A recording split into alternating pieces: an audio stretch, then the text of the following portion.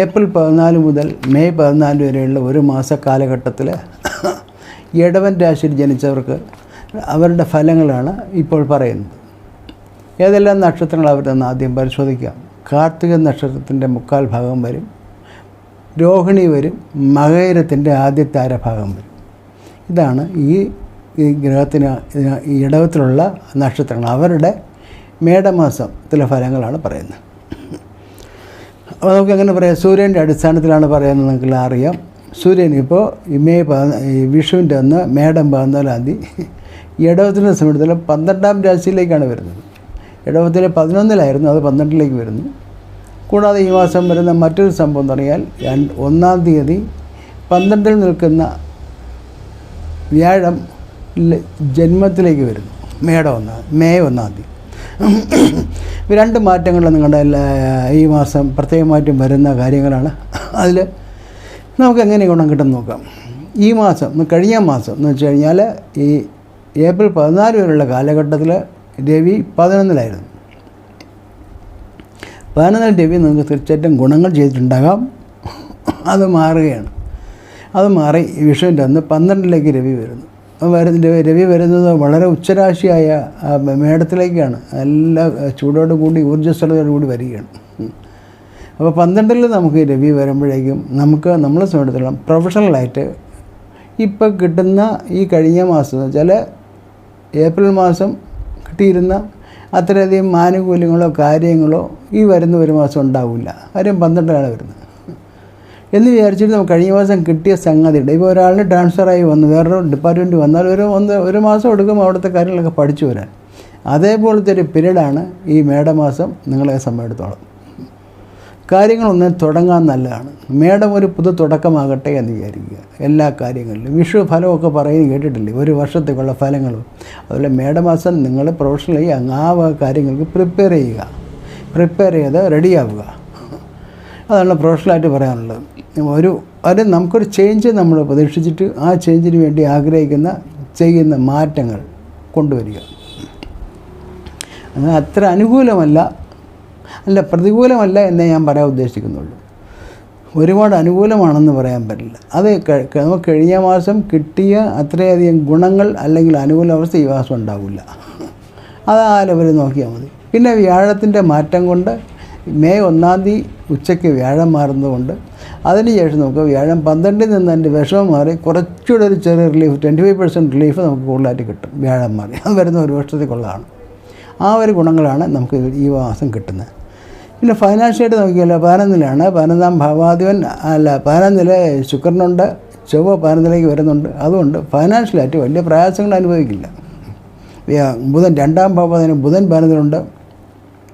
അപ്പോൾ 11-ൽ 2-3 ഗ്രഹങ്ങളുള്ളതിനാൽ നമുക്ക് ഫൈനാൻഷ്യലായിട്ട് വലിയ പ്രയാസങ്ങൾ ഉണ്ടാവില്ല. നമ്മുടെ സാമ്പത്തിക നില നന്നായിരിക്കും, കുഴപ്പമുണ്ടാവില്ല. പ്രൊഫഷണലായിട്ടുള്ള നമ്മുടെ അലച്ചിലൊക്കെ കുറച്ച് കൂടും എന്ന് മാത്രമേ ഉള്ളൂ. കാര്യം 10-ലെ കണ്ടകശനിയൊക്കെ അവിടെ നിൽക്കുന്നുണ്ട്. ആ കാര്യങ്ങളുണ്ട്. അത് നമുക്ക് ഇപ്പോൾ പുതിയ കാര്യമല്ല. നമ്മൾ കുറേ കാലമായിട്ട് അലച്ചിലുണ്ടെന്ന് യാതൊരു കുറവുമില്ലാതെ പോകുന്നതാണ്. ആ കാര്യങ്ങൾ നോക്കുക.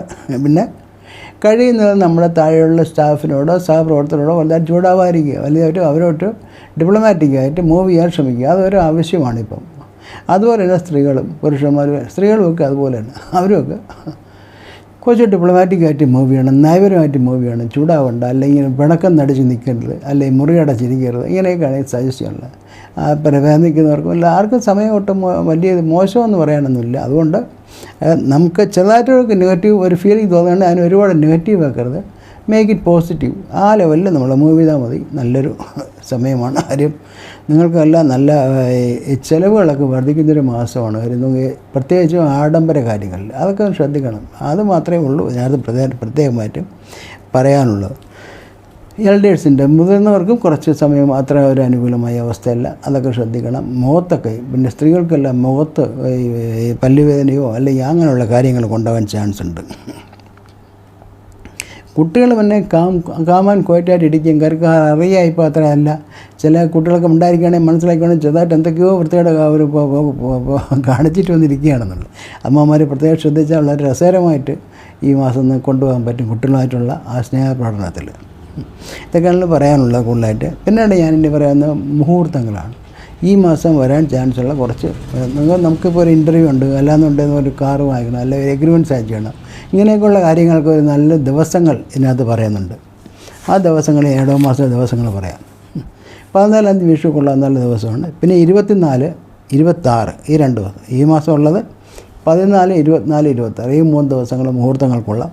അടുത്ത മാസമാണെങ്കിൽ 2, 3, 4, 5 2, 3, 4, 5 9, 10 ഇത്രയും ദിവസങ്ങൾ മുഹൂർത്തങ്ങൾ കൊള്ളാവുന്നതാണ്. ഇനി ഞാൻ പറയുന്നത് കുറച്ച് കടം വിടാനുള്ള മുഹൂർത്തങ്ങളാണ്. കടം വിടാനുള്ള മുഹൂർത്തങ്ങളുടെ ഡീറ്റെയിൽ ആയിട്ട് ഞാൻ പറയുന്നില്ല. ആരും പഴയ മുമ്പുള്ള വീഡിയോസിലൊക്കെ കടം വീടുന്ന മുഹൂർത്തങ്ങളെ പറ്റി ഞാൻ പറഞ്ഞിട്ടുണ്ട്. അതുകൊണ്ട് ആ മുഹൂർത്തങ്ങളുടെ പ്രത്യേകത ഞാൻ പറയുന്നില്ല. അതുകൊണ്ട് ഞാൻ ഡയറക്റ്റായിട്ട് ആ മുഹൂർത്തങ്ങൾ പറയാം.